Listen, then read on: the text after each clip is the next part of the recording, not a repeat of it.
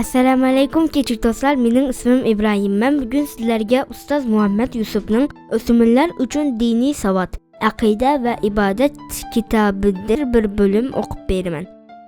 Bugünkü bölümümüzün ismi İslam dini. Emse bugünkü bölümümüzge başlaylı. İslam qandaq din?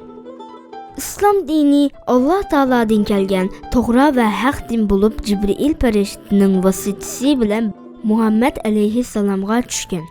Sual: İslam dininin maksidi neme? Cevap: İslam dininin maksidi insanlarını bu dünyada ve ahirette baxtga eriştiriştir. Sual: İslam dini en avval nemelerge buyuruydu? Cevap: İslam dini kişilerini en avval iman, ahlak ve ibadetge buyuruydu. Sual: İman degen neme? Cevap: İman Allah Taala tarafından Muhammed aleyhisselam'a bildirilgen hakikatlerinin rast ekenligiga çın işiniş, etiqat qilish ve onu til bilen iqrar qilishdir. Sual: ahlak degen neme? Cevap: ahlak insanın ruhida yerleşip adetge aylanıp qalgan qılıqdır. Ahlak iki türlük bulup, biri güzel ahlak, yine biri načar ahlak. İbadet degen neme desek?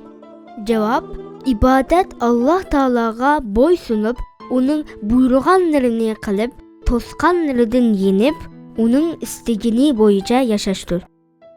Küçük dostlar, emdi ben bu kısımga ait bir şiirini okup bermen.